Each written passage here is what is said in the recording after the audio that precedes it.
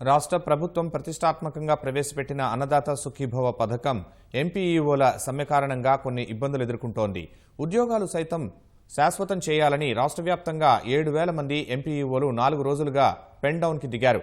రైతుల వివరాలు ఆన్లైన్లో నమోదు చేయాల్సిన ఎంపీఈఓలు సమ్మె చేస్తున్నందున అన్నదాత సుఖీభవ పథకం ద్వారా రైతులకు లబ్ధి చేకూరటం ఆలస్యమవుతోంది. ఆర్థికంగా కొన్ని ఇబ్బందులు ఉన్నప్పటికీ రైతులను ఆదుకోవాలనే సదుద్దేశంతో రాష్ట్ర ప్రభుత్వం అన్నదాత సుఖీభవ పథకం ప్రవేశపెట్టింది. ఇందులో భాగంగా రాష్ట్ర వ్యాప్తంగా 61 లక్షల మంది రైతులకు తొలి విడతగా ఒక్కొక్కరికి 1,000 రూపాయల చొప్పున బ్యాంకు ఖాతాల్లో సొమ్ము జమ చేస్తోంది.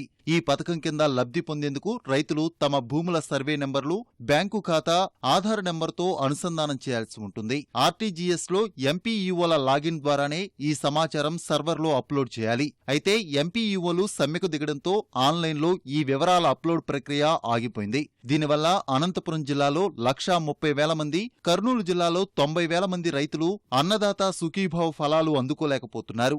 ఎంపీఈఓల సమ్మెతో రైతులు ఇబ్బంది పడుతున్న దృష్ట్యా వారు వెంటనే విధుల్లో చేరాలని వ్యవసాయ శాఖ అధికారులు విజ్ఞప్తి చేస్తున్నారు. అన్నదాత సుఖీభవ పథకం రైతుల సంక్షేమం కోసం రాష్ట్ర ప్రభుత్వం ప్రవేశపెట్టడం జరిగింది.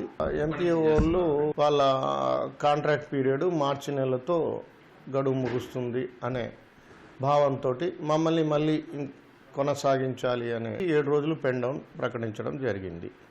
వారిని కొనసాగింపు 1 సంవత్సరం వరకు, ప్రతి సంవత్సరం కూడా కొనసాగింపుకు ఉత్తర్వులు ఇవ్వడం జరుగుతుంది. అది ఆటోమేటిక్గా జరిగిపోయి వీరు మళ్ళీ ఇప్పుడు ఈ సమయంలో వాళ్ళకి కలిగిన అభద్రతాభావం కావచ్చు, కొద్దిగా ఇన్సెక్యూరిటీగా ఫీల్ అయ్యి పెన్ డౌన్ ప్రకటించారు.